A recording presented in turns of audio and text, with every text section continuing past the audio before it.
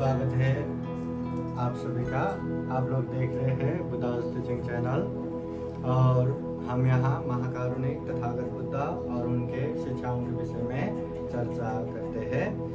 वर्षावास विशेष उपलक्ष्य में हम हर दिन शाम के 7 बजे आप लोगों को प्रत्यक्ष धम्मदेशना लेके आते हैं। तो आज का धम्मदेशना हम ये मुंबई पांडुप तेम्बीपारा से हम आप लोगों को लाइव दिखा रहे हैं। धम्मदेशना के साथ साथ आज विशेषतः ये प्रतीक्षा का गर्भमंगल विधि भी है। तो प्रतीक्षा, अमोल और संपूर्ण पुनवर्कर परिवार, आनंद, रेखा, शीला, राहुल, नीता, नामदेव, सोनाली, संगमित्रा, सुशीला, शेखर, संपूर्ण परिवार, ज्ञाति बंधु सब मिलके आज का कार्यक्रम हो रहा है। तो हम आज का कार्यक्रम यहीं से आप लोगों को प्रत्यक्ष दिखा रहे हैं। तो आइए आज का कार्यक्रम शुरू करते हैं। सब लोग हाथ जोड़िए और बोलिए साधु साधु साधु साधु साधु। बुद्ध धम्म संघ को प्रणाम करेंगे, जैसा मैं कहता हूँ वैसा ही। अरहं सम्मा सम्बुद्धो अरहं सम्मा सम्बुद्धो भगवा बुद्धं भगवन्तं अभिवादेमि स्वाखातो भगवता धम्मो धम्मं नमस्सामि सुपटिपन्नो भगवतो सावक संघो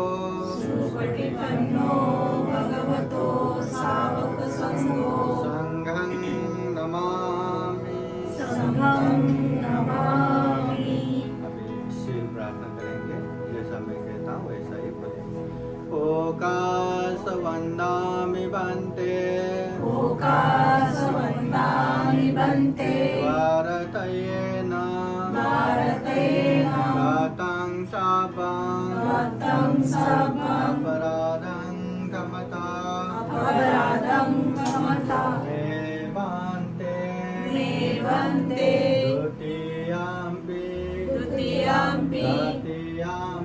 तृतीयाम्पि ओकाशं बन्ते शरणेन सह पंचशीलं धम्मं याचामि अनुग्रहं कृत्वा शीलं देता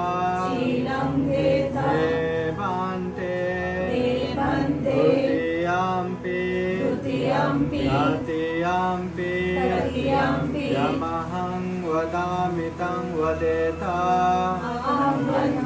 नमो तस्सा भगवतो अरहतो सम्मा सम्बुद्धास्सा।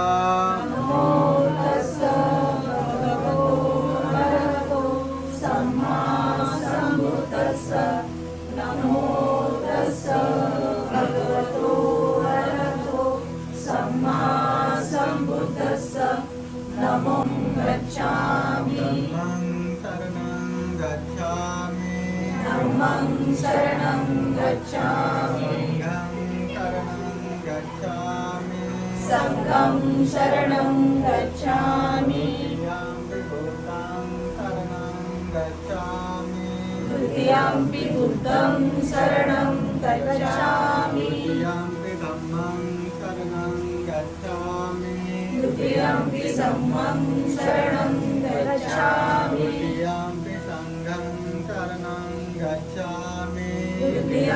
संघं शरणं गच्छामि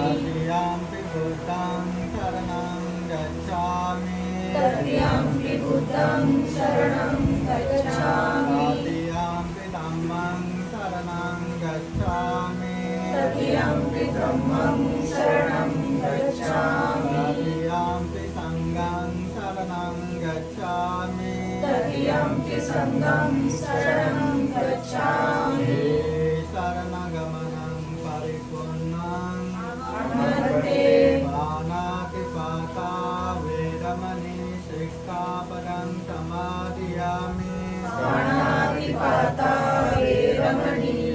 सिक्खापदं समादयामि आदिन्नदाना वेरमणि सिक्खापदं समादयामि अभिन्नदाना वेरमणि सिक्खापदं समादयामि कामेषु मिथ्याचारा वेरमणि सिक्खापदं समादयामि कामेषु मिथ्याचारा वेरमणि सिक्खापदं समादयामि मुसावादा वेरमणि सिक्खापदं समादयामि मुसावादा वेरमणि सिक्खापदं समादयामि सुरामेधयो मज्जपमादत्थाना वेरमणि सिक्खापदं समादयामि सुरामेरयमज्जपमादठाना वेरमणि सिक्खापदं समादयामि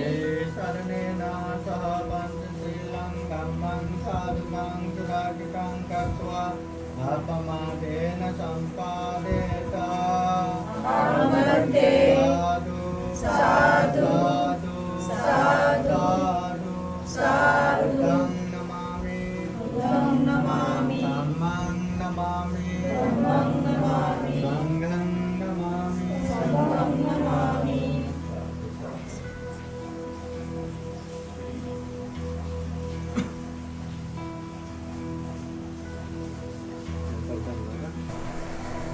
सब लोग बोलिए साधु साधु साधु। महाकारुणिक तथागत बुद्ध धम्म संघ को त्रिवार वंदना। परम पूजनीय बोधिसत्व डॉक्टर बाबा साहब अम्बेडकर आज के कार्यक्रम में उपस्थित संपूर्ण श्रद्धा संपन्न बुद्धि संपन्न उपासक उपासिकाएं, विशेषतः आज गर्भ मंगल विधि हम संपन्न कर रहे हैं प्रतीक्षा उपासिका के प्रतीक्षा अमोल के जो गर्भ मंगल विधि और साथ ही साथ आज के कार्यक्रम में आनंद उपासक, रेखा उपासिका, शीला उपासिका, राहुल उपासक, नीता उपासिका, नामदेव उपासक, सोनाली उपासिका, संगमित्रा उपासिका, सुशीला उपासिका, शेखर उपासक प्रमुख संपूर्ण परिवार बांधव ज्ञाति बंधु सब लोग मिलके ये आज का ये कार्यक्रम हम संपन्न कर रहे हैं। तो सबसे पहले हमने पंचशील प्रार्थना किया, 5 शील अच्छे से पालन करेंगे ऐसा अधिष्ठान किया। अभी परित्राण पाठ श्रवण कर रहे हैं। विशेषतः बुद्ध धम्म संघ के अनंत गुण धम्म और आशीर्वाद के अनुभव से प्रतीक्षा उपासिका का जो गर्भ में बैठे बच्चे को भी बुद्ध धम्म संघ का आशीर्वाद रहे, उनके माता उपासिका प्रतीक्षा को भी बुद्ध धम्म संघ का आशीर्वाद रहे। बुद्ध का आशीर्वाद, बुद्ध का धम्म का आशीर्वाद, संघ का आशीर्वाद, बुद्ध धम्म संघ के अनुभव से कोई भी विघ्न बाधा भय अंतराय समस्या न आए। बुद्ध का आशीर्वाद, धम्म का आशीर्वाद, संघ का आशीर्वाद हमेशा हमेशा रहे। साथ ही साथ सबको बुद्ध धम्म संघ का आशीर्वाद रहे। जीवन में खूब सुख हो, शांति हो, मंगल हो, कल्याण हो, अंत में जन्म जरा व्याधि मरण से मुक्त निर्वाण तक प्राप्त कर सके, ऐसी कामना करते हुए अभी परित्राण पाठ करेंगे। श्रद्धा पूर्वक परित्राण पाठ सुनने के लिए 3 बार साधु साधु बोलिए। समन्ता चक्रवालेषु अत्रा गच्छन्तु देवता सदमं मुनिराजः शृण्वन्तु सद्गमोक्षदं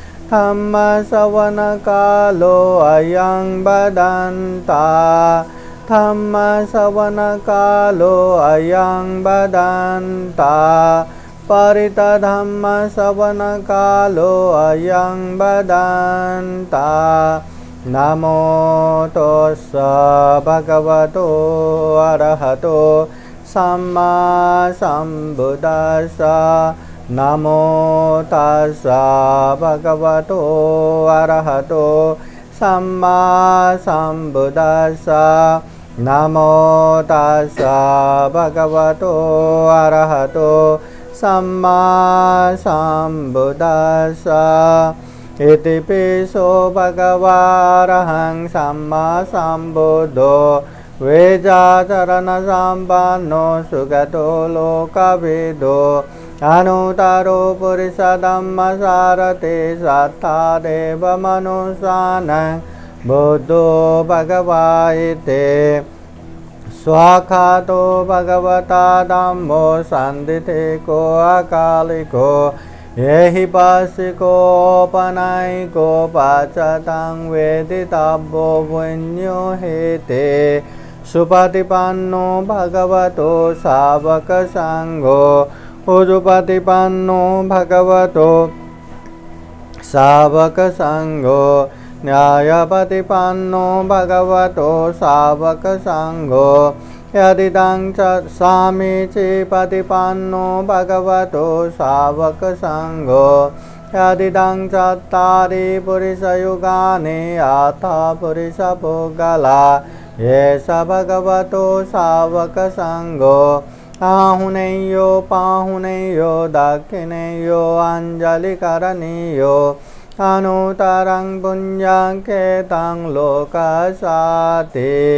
एतेन सचवज्जेन शोथिते होतु सर्वदा एतेन सचवज्जेन सर्वदुःख सर्वभय सर्वरोगो विनाशतु एतेन सचवज्जेन होतु ते जयमङ्गलम् एवं मे सुतं एकं समयं भगवा सावधियं विहरति जेतवने अनाथपिण्डिकासारामे अथ को अन्यतरा देवता अभिकन्ताय रातिया अभिकन्तवन्ना केवलकापं जेतवनं उपासेत्वा येन भगवतेनुपसङ्कमित्वा भगवन्तं अभिवादयित्वा एकमन्तं अथासे एकमन्तं दिताकोशा देवता भगवन्तं गाथाय जवासे बहुदेवा मनुषा च मङ्गलानि अचिन्तयुम् आकङ्क्षमानासोत्थानं ब्रूहि मङ्गलमुत्तमम् असेवना च बालानां पण्डितानां च सेवना पूजा च पूजनीयानां एतं मङ्गलमुत्तमं पतिरूपदेशवासो च पुब्बे च गतपुण्यता अथ सम्मापनिधि च एतं मङ्गलमुत्तमं बाहुशाचं च शिपं च विनयो च सुशिक्षितो सुभाषिता च या वाचा एतं मङ्गलमुत्तमं मातापितु उपत्थानं भूतदारससङ्गहो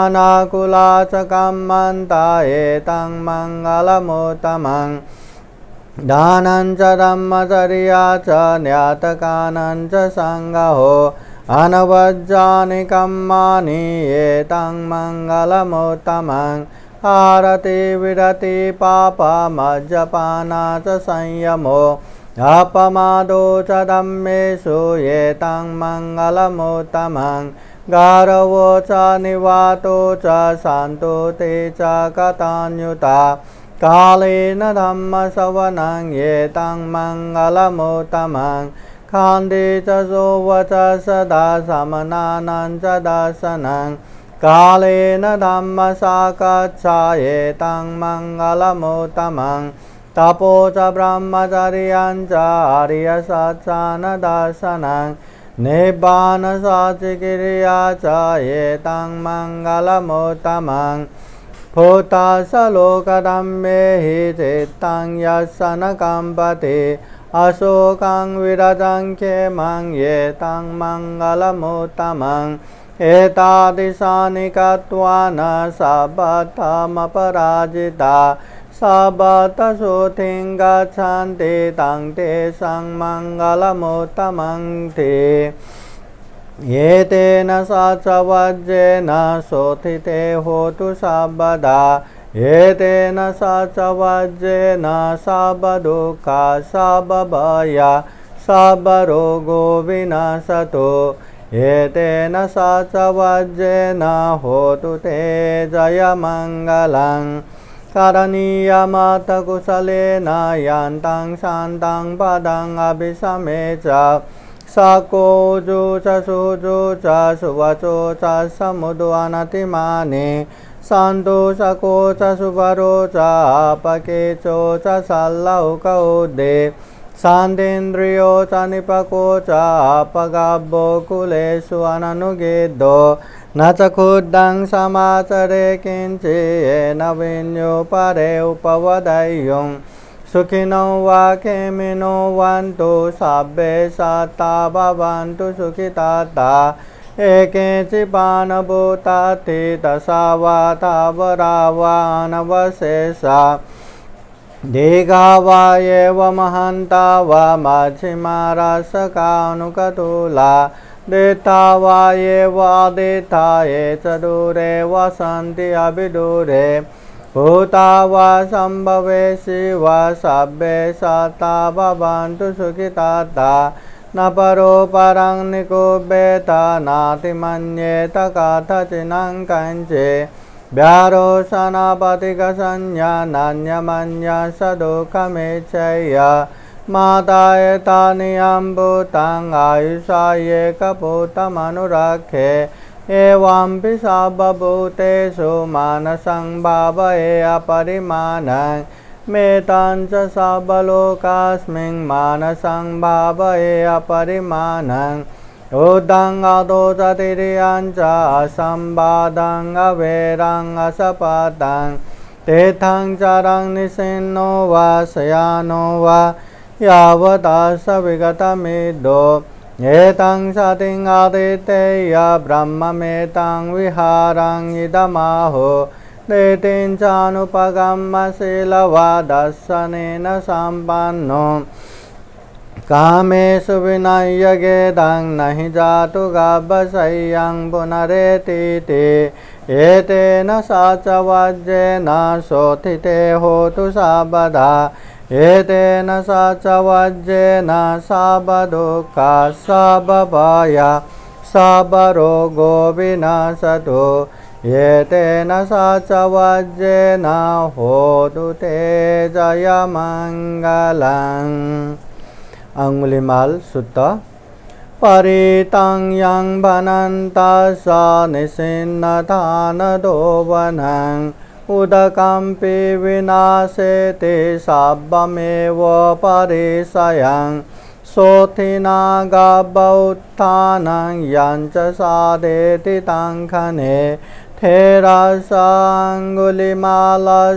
लोकनाथेन भाषितं कपत्थां महातेजं परितं तं वनामहे यतोऽहं भगिनी अर्याय जात्या जातो नाभिजानामि सञ्चित् च पानं जीविताओरोपेता तेन सचेन शोथिते होतु शोथिगभ्यसा यतोऽहं भगिनी अर्याय जात्या जातो नाभिजानामि सञ्चित् च पानं जीविताओरोपेत्वा तेन सचेन शोथिते होतु शोथिगभ्यसा यतोऽहं भगिनी अर्याय जात्या जातो नाभिजानामि सञ्चित् च पानं जीविताओरोपेता तेन सचेन शोथिते होतु शोथिगभ्यसा एतेन सा च वज्रेन शोथिते होतु सर्वदा एतेन सा च वज्रेन सर्वदुःखा सर्वभय सर्वरोगो विनाशतु एतेन सा च वज्रेन होतु ते जयमङ्गलं दुःखपता च निर्दुःखा भयपता च निर्भया शोकपता च निःशोका वन्तु सर्वेऽपि पाणिनो एतावता च मे हि सम्पदं पुण्यसम्पदं सभ्ये देवानुमोदन्तु सब्ब सम्पत्ति सिद्धिया दानं ददन्तु श्रद्धाय शीलं रक्षन्तु सर्वदा पावना विरता भवन्तु गच्छन्तु देवतागता सभ्ये बुद्धा बलवत्ता पच्चेकानं च यं बलं अरहन्तानं च तेजेन रक्षं वन्दामि सर्वशो आकाशथा च भूमत्था देवानागमहिद्दिका पुण्यं तं अनुमोदयित्वा चिरं रक्षन्तु बुद्धशासनम् आकाशथा च भूमत्था देवानागमहिद्दिका पुण्यं तं अनुमोदयित्वा चिरं रक्षन्तु धम्मदेशनम् आकाशथा च भूमत्था देवानागमहिद्दिका पुण्यं तं अनुमोदयित्वा चिरं रक्षन्तु त्वं परान्ते साधु साधु साधु बुद्धं नमामि धम्मं नमामि संघं नमामि। सब लोग हाथ जोड़िए और बोलिए साधु साधु साधु। सब पाप सकरणं कुशल उपसंपदा सचित परियोदपनं एतं बुद्धानुशासनं आरोग्य परमालाभा सन्तुष्टि परमं धनं विश्वास परमान्यते निब्बानं परमं सुखं। महाकारुणिक तथागत भगवान बुद्ध को त्रिवार वंदना। महाकारुणिक तथागत बुद्ध द्वारा देशित सुआख्यात धम्म को त्रिवार वंदना। महाकारुणिक तथागत बुद्ध के आर्य श्रावक संघ को त्रिवार वंदना। परम पूजनीय बोधिसत्व डॉक्टर बाबा साहब अम्बेडकर आज के विशेष कार्यक्रम में उपस्थित संपूर्ण श्रद्धा संपन्न बुद्धि संपन्न उपासक उपासिकाएं। महाकारुणिक तथागत बुद्ध कहते हैं कालेन धम्म श्रवणं एतं मंगलमुत्तमं। समय समय पर धम्म देशना सुनना ये मंगल है। कालेन धम्म साकच्छा एतं मंगलमुत्तमं। समय समय पर धम्म की चर्चा करना ये मंगल है। अभी हम वही मंगल कर रहे हैं, थोड़ा सा धम्म देशना सुन रहे हैं। महाकारुणिक तथागत बुद्ध के वाणी जो उपदेश, एक एक उपदेश भी हमारे जीवन को पूरा सुख शांत में बना सकता है, जीवन में बड़े बड़े कलह झगड़ाओं से मुक्त कर सकता है। तो ऐसे बुद्ध वाणी सुनना बहुत बड़ा मंगल है, व्यवहारिक जीवन में ही सुख शांति का कारण है। महाकारुणिक तथागत बुद्ध कहते हैं सब पापस अकरणं। जितने भी दुनिया में पाप है, गलत है, अकुशल है, वो मत करो। जो करने से खुद का भी हानि नुकसान होगा, अपनों का भी हानि नुकसान होगा, ऐसे कार्य मत करो। जो काम करने से अभी भी पछतावा होगा, बीच में भी पछतावा होगा, अंत में भी पछतावा होगा, उसका परिणाम भी दुखद होगा, ऐसे पाप मत करो। कुशल से उपसंपदा, जो भी अच्छे है, कुशल है, पुण्य है, ऐसा करते जाओ। चाहे वो दान देना हो, शील पालन करना हो, ध्यान भावना करना हो, जिससे अपना भी कल्याण होगा, अपनों का भी कल्याण होगा। ऐसे अच्छे कुशल कर्म करते जाओ। फिर तथागत बुद्ध कहते हैं सचित परियोदपनं, अपने चित्त को परिशुद्ध रखो। ये मन प्रमुख है, ये मन बहुत ही मुख्य है। मन अच्छा रहा तो शरीर से हम कुछ भी करेंगे, वाणी से कुछ भी बोलेंगे, उसका पाप नहीं लगता, बल्कि उसका पुण्य लगता है। और कभी न छोड़ने वाले परछाई की तरह वो पुण्य का सुख शांति पीछे पीछे आते रहते हैं। अगर मन अशुद्ध रहा, मन दूषित रहा, तो वो दूषित मन से हम कुछ भी काम करेंगे या कुछ भी बोलेंगे तो उसका पाप लगता है, उसका अकुशल लगता है। और उसका दुख इतना पीछा करते, इतना पीछे आते हैं, जैसे बैलगाड़ा के पीछे भारी वो चक्का पीछे आता है, ऐसे पाप हमें पीछा करता है, कभी छोड़ता नहीं। इसलिए बुद्ध कहते हैं कोई व्यक्ति पाप करता है तो पाप से बचने की जगह इस दुनिया में कहीं भी नहीं है, न पानी में, न जमीन में, न आकाश में। इसलिए अच्छा होगा कि पाप मत करो, अच्छा होगा पुण्य कुशल कर्म करो, और सबसे अच्छा है अपने चित्त को परिशुद्ध रखो। तथागत बुद्ध कहते हैं ये तंग बुद्धान शासनम, ये एक बुद्ध का नहीं, सारे बुद्धों का मूल शिक्षा है। हाँ, हमें बुद्ध उपदेश जानना है ना, बस ये 3 बातें भी हमने पालन किया, हम दुख मुक्त हो सकते हैं। पाप नहीं करना, जो भी गलत है नहीं करना, पुण्य करना, कुशल करना, और चित्त को परिशुद्ध करना। हाँ, ये जितने पहले बुद्ध बन के गए अभी बुद्ध है, बाद में जो बुद्ध बनने वाले सबका यही उपदेश है। फिर महाकारुणिक तथागत बुद्ध ऐसा भी कहते हैं आरोग्य परमा लाभा। दुनिया में सबसे बड़ा लाभ क्या है? किसी को पैसा मिला तो वो लाभ, किसी को अच्छा कपड़ा मिला तो वो लाभ, किसी को अच्छा खाना मिला वो लाभ, किसी को ये किसी को वो। तो बुद्ध कहते हैं आरोग्य, निरोग सबसे बड़ा लाभ है। हाँ, अगर यहाँ थोड़ा भी बुखार आता ना, थोड़ा भी बुखार आता, हम ऐसे धम्मदेश में सुन के नहीं बैठते। कितना भी अच्छा खाना बनाया, हाँ आज कितना अच्छा खाना बना, मस्त खाया ना, हाँ अगर थोड़ा भी बुखार आता तो वो कुछ भी खाना अच्छा नहीं लगता, न ठीक से बैठने को हाँ जमता, न ठीक से खाने को जमता, थोड़ा भी हाँ बुखार आया तो। इसलिए दुनिया में सबसे बड़ा लाभ है निरोग, हेल्दी रहना चाहिए, स्वस्थ रहना चाहिए, बीमार नहीं पड़ना चाहिए, वो सबसे बड़ा लाभ है।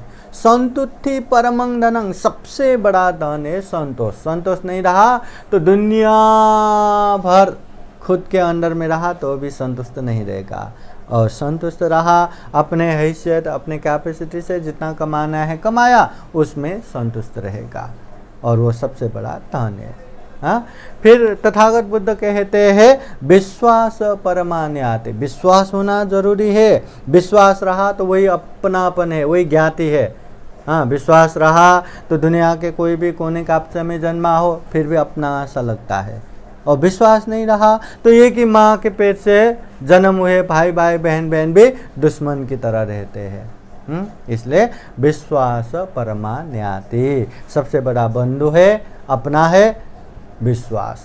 फिर तथागत बुद्ध कहते हैं निब्बानं परमं सुखं, हमें सुख चाहिए ना, जीवन में शांति चाहिए ना, जो जैसा भी करता है वही सुख शांति के लिए, भले ही वो अशांति का काम करे, भले ही वो दुख का काम करे, पर टारगेट एक ही है, सुख मिले बाबा। तो दुनिया भर के सुख को देखा जाए तो सबसे बड़ा सुख है निब्बानं परमं सुखं, निर्वाण सबसे बड़ा सुख है। निर्वाण ऐसी अवस्था जहाँ कोई भी तृष्णा नहीं, कहीं भी आसक्ति नहीं, कहीं भी दुख नहीं। हाँ, ऐसे निर्वाण अवस्था सबसे बड़ा सुख है, यह महाकारुणिक तथागत बुद्ध कहते हैं। तो आज विशेषतः हम गर्भ मंगल विधि के रूप में ये पूजा धम्मदेशना कर रहे हैं, और हमने विशेष रूप से ये बच्चे के माँ के सुरक्षा के लिए बुद्ध धम्म संघ के आशीर्वाद के लिए परित्राण के साथ साथ हमने विशेष अंगुलीमाल सूत्र भी पाठ किया। हाँ, ये गर्भ मंगल समय में हमेशा ये अंगुलीमाल सूत्र पाठ करते हैं। अब ये अंगुलीमाल सूत्र का एक प्रसंग ऐसा है कि महाकारुणिक तथागत बुद्ध के समय में हजारों को मार के उन लोगों का अंगुलियों का माला पहनने वाला ये अंगुलीमाल, अंगुलियों का माला पहनने वाला ये अंगुलीमाल। अंत में भगवान बुद्ध के उपदेश सुन के वो संत बन गए, सारे हिंसा छोड़ दिए, अहिंसा के रास्ते पे चले, और वो भी तथागत बुद्ध के शरण में आके वो भी भिक्षु बन गए। भिक्षु बन के अच्छे से ध्यान करते हुए तथागत बुद्ध के उपदेश को पालन करते हुए ज़्यादा समय न बीतते ही उसने भी ज्ञान प्राप्त किया और अंत हो गया।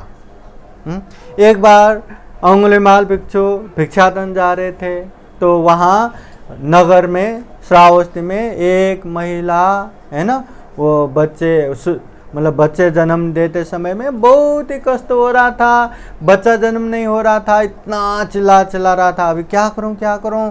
हाँ, तो रास्ते में एक भांते देखे तो दौड़ा वहाँ कहते हैं कि मेरे बेटी को इतना कष्ट हो रहा है, आप तो भिक्षु हो, आप तो भांते हो, आपको तो कुछ आता होगा, कुछ कीजिए। तो ऐसा कहने पे अंगुलीमाल भांते कहते ठहरे, मैं तुरंत आता हूँ, मैं अपने गुरु जी को पूछ के आता हूँ। हाँ, तो फिर वो तथागत बुद्ध के पास जाता है, ऐसे ऐसे रास्ते में हुआ, अब मैं क्या करूँ। तो तथागत बुद्ध कहते तुम वहाँ जाओ और वहाँ जाके सत्य क्रिया करो। जब से मैं आर्य बना तब से लेके मैंने किसी को कभी भी हिंसा नहीं किया। अगर ये सत्य है तो बहन का आराम से बच्चा जन्म हो, जाओ ये सत्य क्रिया करो।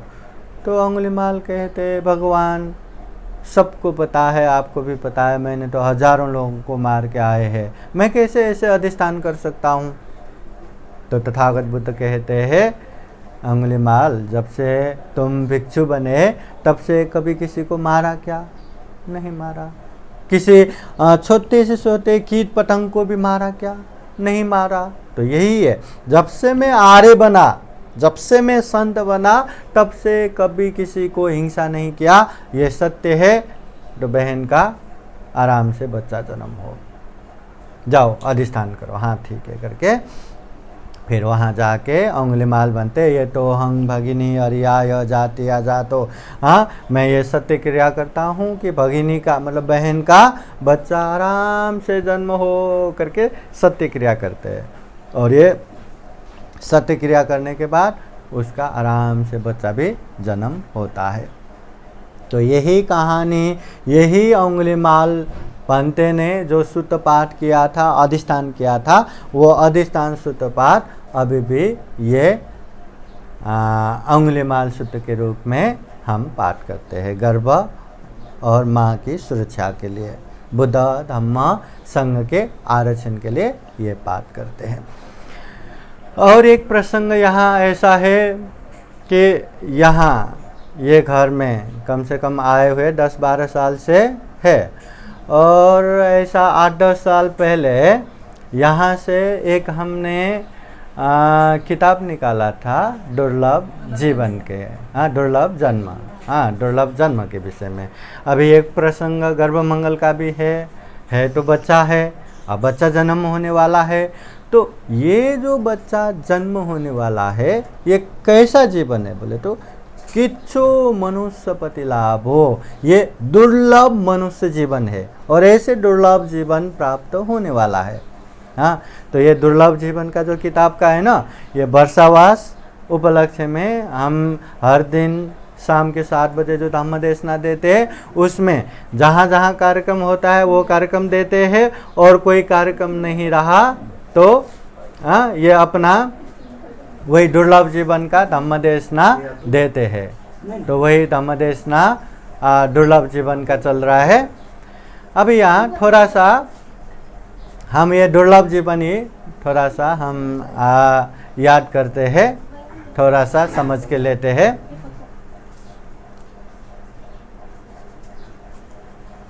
हाँ, बाकी सब लोग आराम से बैठिए।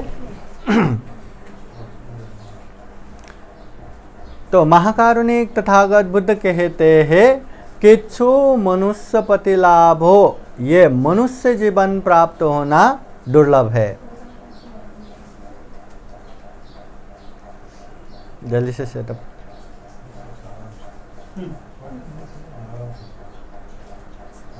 आराम से बैठिए, पैर करके बैठना है तो भी। हाँ, बैठिए। हाँ, बोलिए साधु साधु साधु। महाकारुणिक तथागत बुद्ध कहते हैं किच्छु मनुष्य पति लाभो, यह मनुष्य जीवन प्राप्त होना दुर्लभ है। दुर्लभ है कि नहीं?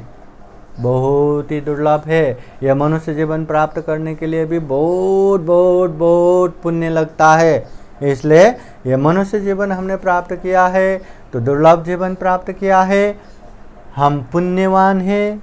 और जितने भी प्राणी विविधता है, कीट पतंग पशु पंछी जीव जंतु, सारे प्राणियों में मनुष्य जीवन को सर्वश्रेष्ठ कहा जाता है। और वो सर्वश्रेष्ठ क्यों कहते हैं? क्योंकि हम में 3 गुण धम्म है।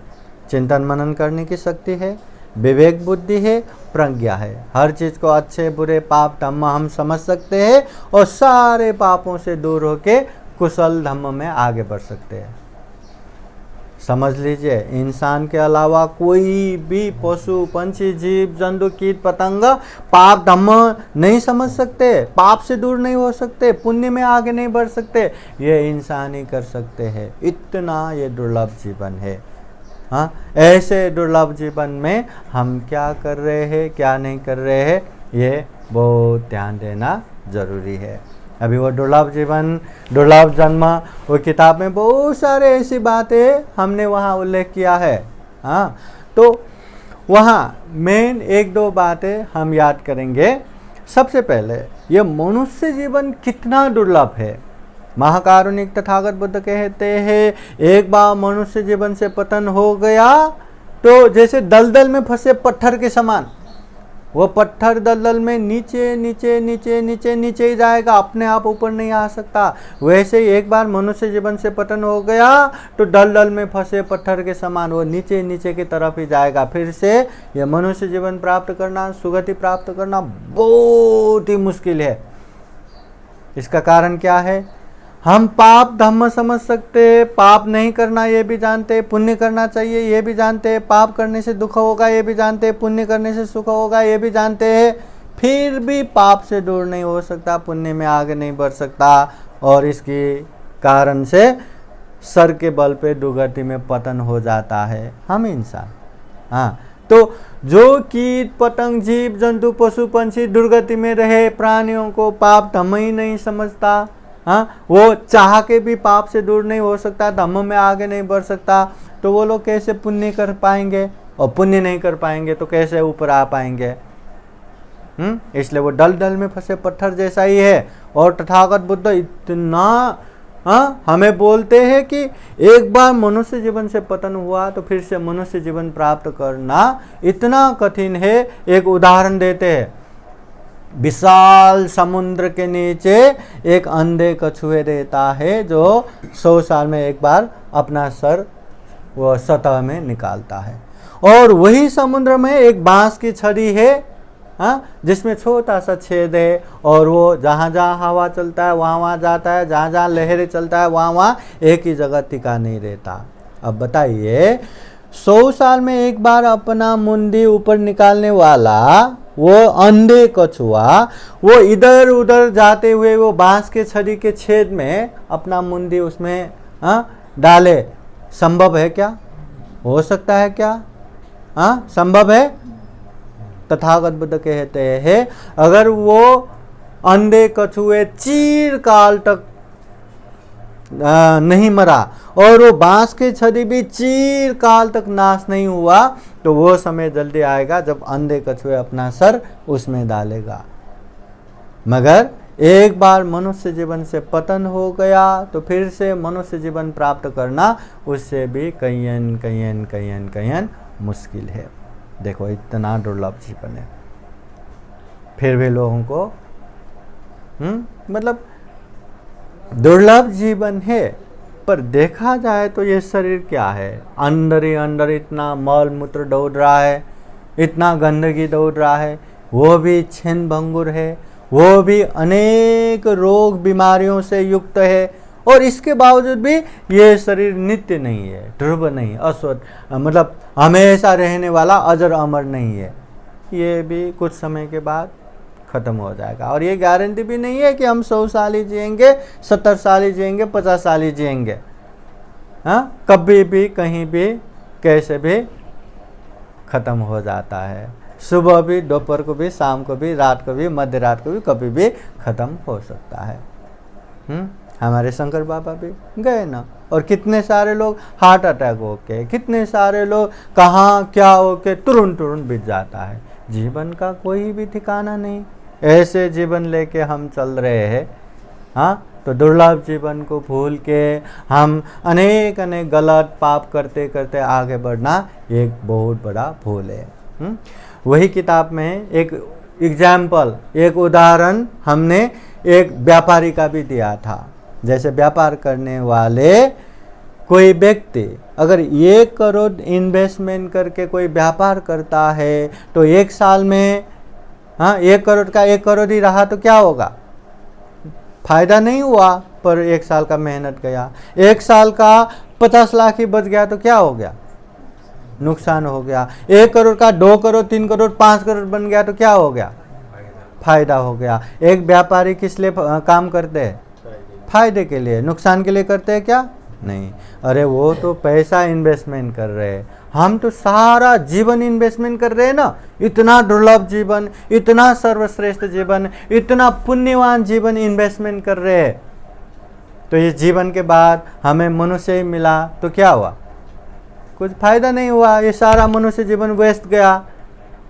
मनुष्य से पतन होके हम दुर्गति में गया, कीट पतंग पशु पंछी जीव जंतु में गया, तो हमें फायदा हुआ कि नुकसान हो गया? नुकसान हो गया। और मनुष्य जीवन में खूब सारा पुण्य धर्म करते हुए मार्ग फल में प्रतिष्ठित हुआ या सुगति में गया, तो फायदा हुआ कि नुकसान हुआ? फायदा हुआ। हमें फायदे में चलना है या नुकसान में चलना है? फायदे में चलना है। तो हम फायदे के रास्ते में है या नुकसान के रास्ते में?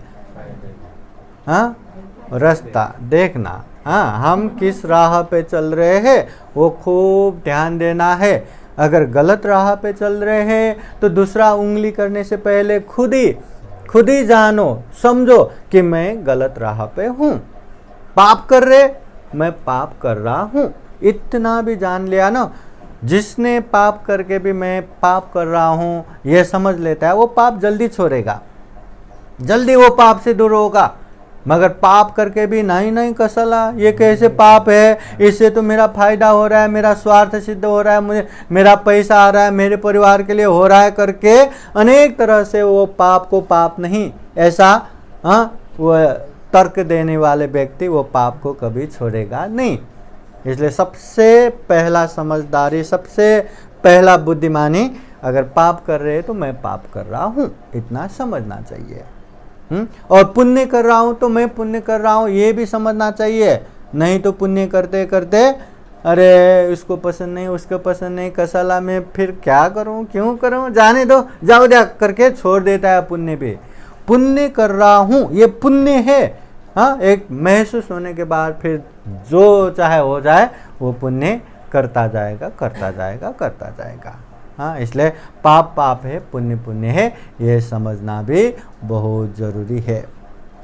तो वो दुर्लभ जीवन में ऐसा बहुत सारी बातें हैं कि दुर्लभ जीवन को कैसे सफल बनाए, कैसे सार्थक बनाए। हाँ, मतलब हम जीवन में फ़ायदा चाहते हैं तो फ़ायदा होने के लिए कैसे कैसे पुण्य कार्य करें, और हाँ कैसे कैसे पापों से दूर रहे, ऐसे बहुत सारे बातें वहाँ पे है। कम से कम ये शरीर से गलत नहीं करना, वाणी से गलत नहीं बोलना, मन से गलत नहीं सोचना। शरीर से कम हिंसा, चोरी, व्यभिचार नहीं करना। वाणी से कम झूठ नहीं बोलना, चुगली नहीं करना, निंदा चर्चा नहीं करना, कड़ा अपशब्द गाली गलौज की बातें नहीं बोलना। मन से कम लोभ नहीं रखना, द्वेष, चिड़चिड़ा, गुस्सा नहीं होना, और मिथ्या दृष्टि नहीं होना, गलत धारणा नहीं रखना। हाँ, और ये समय में विशेषतः प्रतीक्षा को भी बहुत ध्यान देना है। अगर है ना बच्चा अच्छा चाहते हैं तो हमें अच्छा ही बनना पड़ेगा। हम जैसा बनेंगे वैसा ही बनेगा, क्योंकि संस्कार उसी तरह जाएगा। अभी तो क्या माँ के सहारे उसको हर चीज़ मिल रहा है, तो चेतन भी वैसा ही मिल रहा है। तो अगर बच्चा अच्छा चाहिए तो हमें भी अच्छा बनना चाहिए। अगर बच्चा अच्छा दानी बने तो हमें भी दान का अभ्यास करते जाना चाहिए। बच्चा अच्छा शीलवान बने हमें भी शील पालन करते जाना चाहिए। बच्चा अच्छा ध्यानी बने, हम भी ध्यान करते जाना चाहिए, है ना। अगर नहीं, हम भी सीरियल ही देखते रहेंगे, हम भी मोबाइल में रील्स ही देखते रहेंगे, हम भी वैसे करेंगे तो बच्चा कैसा होगा, है ना। जैसा हम आहार देंगे परिणाम वैसा ही आएगा। इसलिए यह समय में खूब ध्यान देना ज़रूरी है, खूब संभल के रहना ज़रूरी है। महाकारुणिक तथागत बुद्ध कहते हैं सब्बे सता कम्म सका। यहाँ जो भी होता है, जैसा भी होता है, उसका एकमेव कारण है खुद का ही कर्म। खुद का कर्म ही इंसान को अच्छा बनाता है, इंसान को बुरा बनाता है। बाबा साहब ने इतना मतलब बचपन से लेके इतना स्ट्रगल करके पढ़ाई किया, ये क्या, वो उनका कर्म है। और परिणाम क्या हुआ, आज के समय में उनको सिंबल ऑफ नॉलेज भी कहा जाता है, उनको भारत रत्न, उनको बोधिसत्व, उनको महामानव, क्या क्या कहते, वो उनका कर्म है। कोई इंजीनियर भी बनना पड़े तो कितना पढ़ाई करते, वो पढ़ाई कर करके ही वो इंजीनियर बनता है, वो डॉक्टर बनता है, वो बड़े बड़े बनता है। ऐसे ही चुटकी बजा के कोई नहीं बनता। अभी सोनाली जा रही है लंदन, है ना, उसको कब से जाना था, है ना, नहीं मिला करके उसने अपने धैर्यता खो नहीं दिया। अगर खो जाते तो उसका कहाँ का कहाँ हो जाता, या हो सकता है अभी तक शादी होके कहाँ पहुँच जाता, है ना। फिर भी उसने नहीं, मुझे जाना है, वो उसने कर्म बनाया, कर्म किया। आज वो जा रहे, कितने दिन में जा रहे, 14 तारीख बोले तो अभी किसी थोड़े ही दिन में वो जा रहे, है ना। तो सबका अपना अपना कर्म है। तथागत बुद्ध कहते हैं जो व्यक्ति यहाँ दीर्घायु होके जीते हैं वो भी उसका कर्म है, जो व्यक्ति यहाँ अल्पायु होके जीते हैं वो भी उसका कर्म है, जो धनाढ्य होते हैं वो भी उसका कर्म, जो दरिद्र गरीब होते हैं वो भी उसका कर्म, जो एकदम विद्वान इंटेलेक्चुअल होते वो भी उसका कर्म, जो अज्ञानी मूर्ख बनते वो भी उसका कर्म, है ना। जो जैसा होता है, कोई एकदम बीमार होता है वो भी अपना कर्म, कोई एकदम हेल्दी रहता है वो भी उसका कर्म, कोई एकदम उच्च कुल में जन्म होता है वो भी उसका कर्म, कोई जन्म होते ही कूड़े कचरे में फेंका जाता है वो भी उसका कर्म। मतलब जैसा हम कर्म करके आए वैसा ही परिणाम आएगा। तथागत बुद्ध कहते हैं इसमें विश्वास होना चाहिए। ये कर्म में विश्वास होना चाहिए, फिर कर्म फल में विश्वास होना चाहिए। एक्शन का रिएक्शन, मतलब जैसा हम करेंगे वैसा ही परिणाम आएंगे। कोई एक व्यक्ति दूसरे व्यक्ति को गुस्सा दिखा रहा है, चिड़चिड़ कर रहा है, गाली दे रहा है, तो सामने वाला क्या कहेंगे, वो भी थैंक यू करके मुस्कुरा के उसको अच्छे बात करेंगे क्या, जी हजूर करके बात करेगा क्या। वो गुस्सा दिखा रहा है तो सामने वाला भी गुस्सा ही दिखाएगा, वो एक्शन है, वो रिएक्शन है। अगर हम किसी को भी बुरे से बुरे इंसान को भी जी हजूर करके अच्छे से बात करेंगे तो सामने वाले भी वैसा ही बात करेंगे। इसलिए जैसा हम करेंगे वैसा परिणाम आएगा। यादिसंग वोपते बीजंग तादिसंग हरते फलंग। एक किसान खेत में गेहूं डालेंगे तो गेहूं फलेगा, धान डालेंगे तो धान ही फलेगा। जैसा जैसा बीज डालेंगे वैसा वैसा ही फलेगा। आम का बीज डाल के वहाँ नींबू नहीं आता, पेरू नहीं आता। जैसा बीज डालेंगे वैसा ही वहाँ फल आएगा, वैसा ही वहाँ अन्न आएगा। वैसे ही हम जैसा करेंगे वैसा ही परिणाम आने वाला है, वैसा ही आएगा। इसमें हमें विश्वास होना चाहिए। और जो व्यक्ति ये कर्म फल में विश्वास करता है वो व्यक्ति जीवन में खूब अच्छा करता है, खूब बुरे चीज़ों से दूर रहता है। क्योंकि जो भी किया खुद को ही भुगतना है ना। अगर पता चले हम थोड़ा भी गलत बोलेंगे या थोड़ा भी शरीर से पाप करेंगे या थोड़ा भी हम मन से बुरा सोचेंगे, उसका परिणाम हमें ही भोगना है। और आंखों के सामने दिख रहा है कि वहाँ हमारा पाप का घड़ा भर रहा है, तो वो इंसान क्या पाप करके बैठेगा क्या? बैठेगा? नहीं बैठेगा। और जो व्यक्ति को पता चला कि मैं मुंह से कुछ भी अच्छा बोलूं, हाँ मेरा पुण्य का घड़ा बढ़ेगा, मैं शरीर से कुछ अच्छा करूं मेरा पुण्य का घड़ा बढ़ेगा, मैं शरीर क्या मन से कुछ अच्छा सोचूं मेरा पुण्य का घड़ा बढ़ेगा, और दिख रहा है वो पुण्य का घड़ा बढ़ रहा है और हो रहा है अपने जीवन में सुख शांति, हाँ ऐसे व्यक्ति क्या वो पुण्य का घड़ा नहीं भरेगा क्या? वो पुण्य करते नहीं जाएगा क्या? हाँ, इसलिए ये विश्वास होना चाहिए। अक्सर इस दुनिया में क्या होता है, जो व्यक्ति बहुत गलत करता है, अकुशल करता है, पाप करता है, दूसरों को छल प्रपंच करता है, ये वो करता है, और वो व्यक्ति कमा के बेचते हैं, और वो व्यक्ति का ही गाड़ी बंगला दुनिया भर के चीज़ रहता है, और लोग ये देख देख के परेशान होता है कि दुनिया में गलत करने वाला ही मौज मजा कर रहा है, तो ये कम फल क्या है?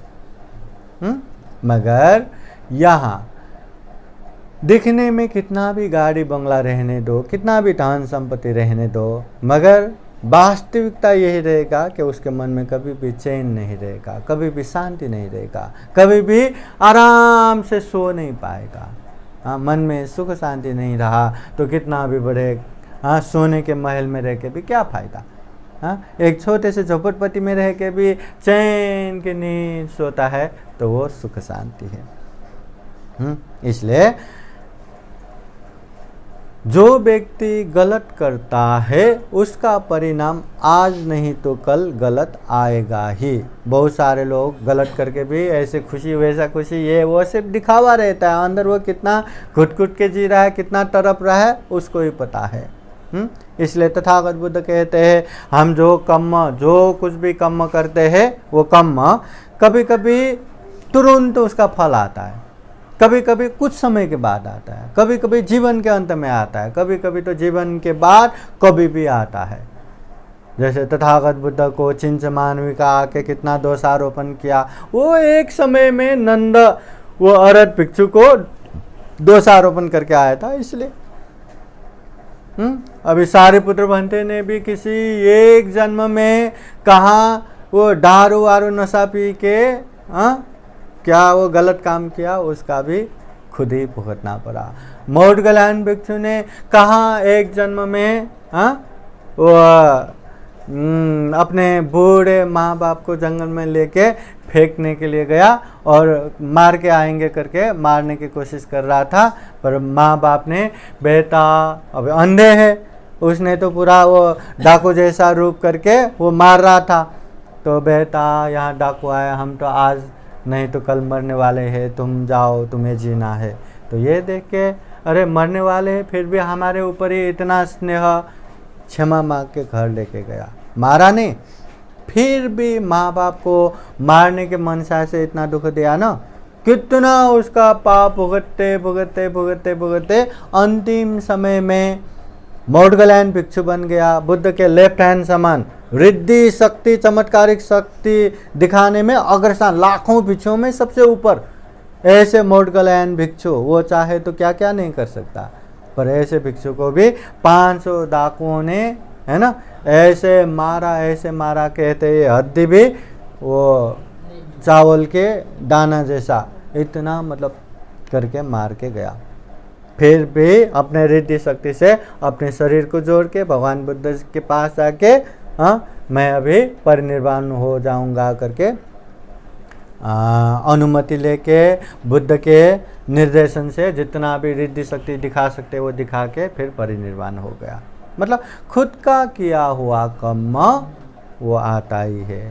वो भगवान बुद्ध के समय में एक लोसक भिक्षु जीवन में कभी भी पेट भर खाना मिला ही नहीं, खा ही नहीं पाया, खाने को ही नहीं मिला।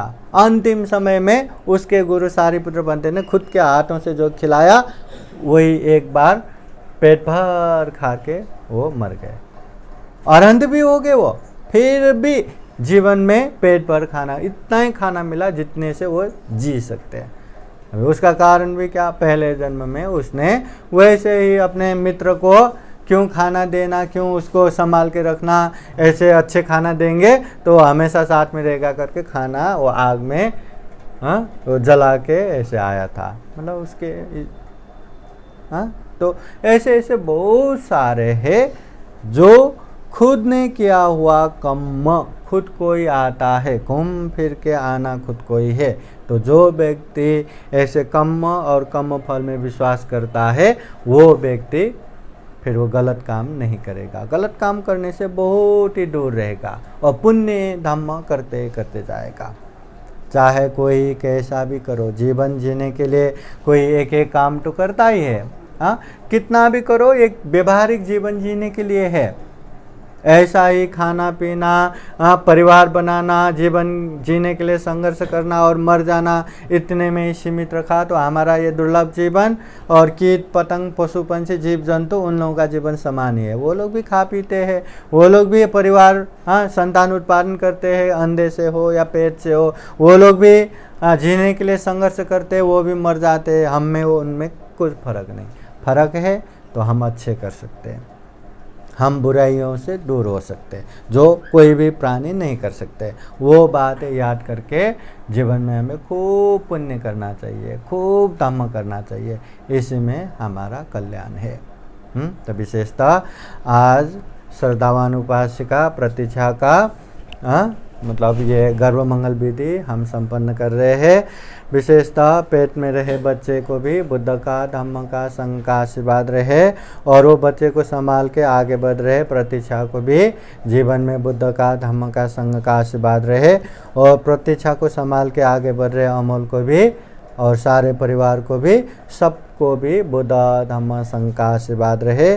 जीवन में खूब सारा पुण्य धम्म कर सके, खूब सारा कुशल कर्म कर सके और जीवन में ढेर सारा पुण्य धम्म करते हुए ये दुर्लभ, यह अमूल्य, ये सर्वश्रेष्ठ मनुष्य जीवन को सफल बना सके, सार्थक बना सके। अंत में जन्म जरा व्याधि मरण से मुक्त निर्वाण तक प्राप्त कर सके, ऐसी कामना करते हुए ये धम्म देशना यहीं समापन करते हैं। सबका मंगल हो, सबका कल्याण हो। भवतु सब मंगलं। साधु साधु साधु। अभी बुद्धवाणी पाली गाथा द्वारा आशीर्वाद देते हैं। आप लोगों के जीवन में हमेशा हमेशा बुद्ध का आशीर्वाद रहे, धम्म का आशीर्वाद रहे, संघ का आशीर्वाद रहे। सब लोग हाथ जोड़ के आराम से आशीर्वाद ग्रहण कीजिए।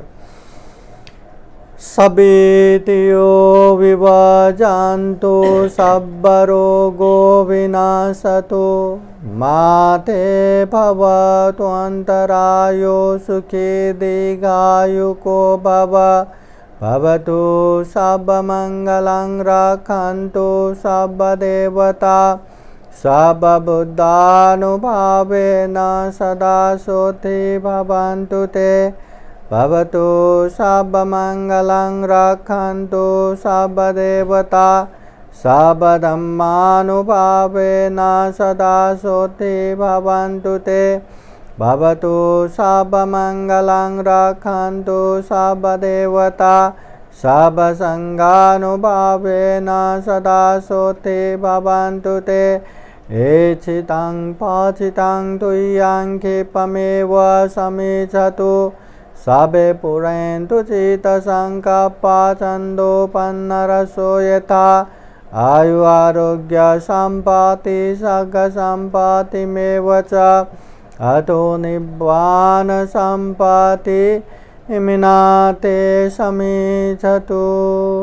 साधु साधु साधु। बुद्धं नमामि, धम्मं नमामि, संघं नमामि। अहं वन्दामि सर्वदा, अहं वन्दामि सर्वदा, अहं वन्दामि सर्वदा। सबका मंगल हो, सबका कल्याण हो, सुखी हो, सुखी हो, सुखी हो।